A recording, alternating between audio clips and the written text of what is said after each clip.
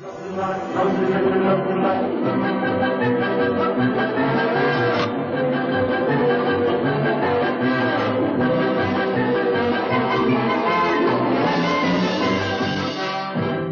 again. Well, last week, you may remember, we paid our first visit to Richard Williams' animation, the Magic Factory, literally, in Soho Square, right in the West End of London, just a few yards from Oxford Street. But it's a magic world all of its own. And we didn't see, a third of the fascination of the place last week, so we're going to continue our tour right now.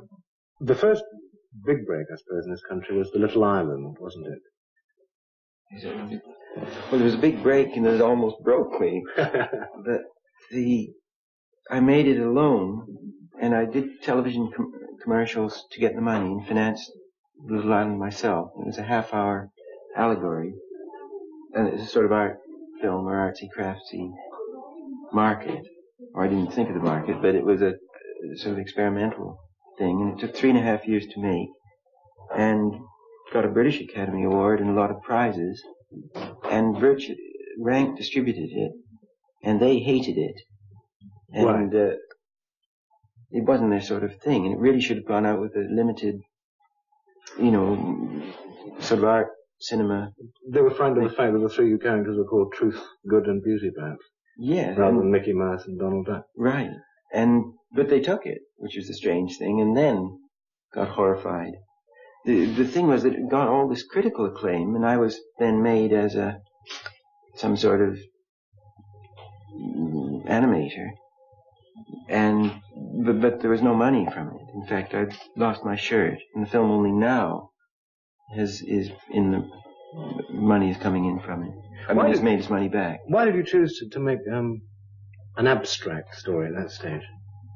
I just suddenly had the idea that animated films could be quite different than anything I'd ever seen, and that it's capable of dealing with serious subjects, however crazy the artist or author might be.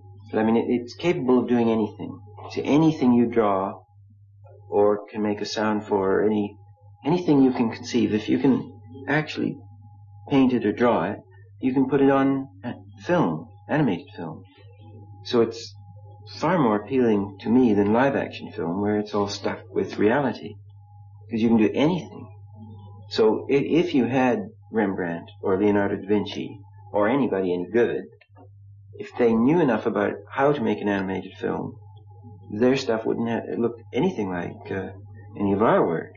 But they could produce marvelous things. Tell us a little bit more in detail about the story of The Little Island.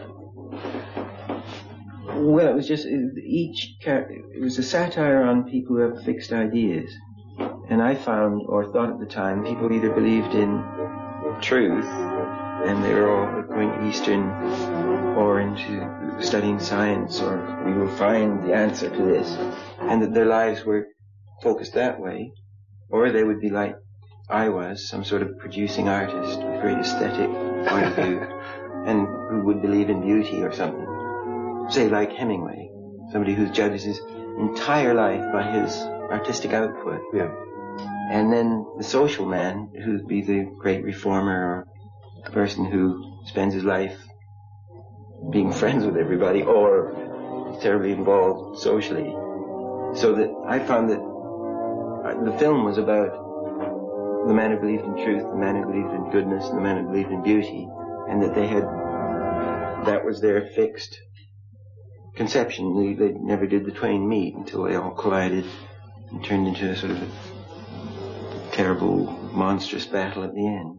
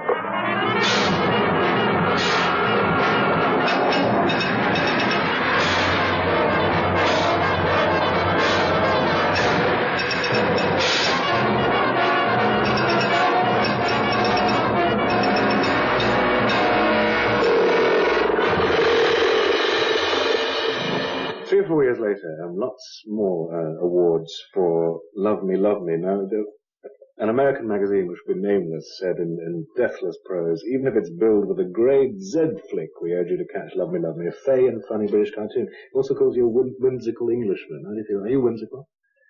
I don't know. That I'm not sure what it means. I think I count as an Englishman, having been here 20 years. Oh, I don't now, under the New Aliens Act or something. No, I have to be surrounded by British. But so Love Me, Love Me stars the great Squidgy Bod, doesn't it? Tell us about the film. Well, that was done as a private joke, because I was so tired of the financial troubles I got from the Little Island that I was going to go back to painting. And I was double taxed, and I got my tax-free money at the end, and was playing the trumpet and doing everything to avoid doing animated things. And I thought, I'll make 2 little films for myself, and then I'm out. And one of them I still haven't finished. And Love Me was done in about, just as a joke. I mean, it was as a silly joke. Although I thought it was funny. I did it just to amuse myself. And it was quite cheaply made and the awards and junk all came later, but it was a commercial success. But was it another allegory? Shock. No, well, it was sort of, but it was funny. I mean, it's meaning. I mean, Squidgy Bod was it was based on Pee Wee Russell, the American clarinet player who died recently, who was always falling over everything and totally inept. And everybody loved him. And it was just, anyway, I mean, it was done for fun. And people, normal people fell down laughing at all the things that I thought were funny. And I had these funny bits of timing in it, which were quite unorthodox. And I found that in the cinemas, people were doubling up at the same things. So I thought, well, there's a market for my work.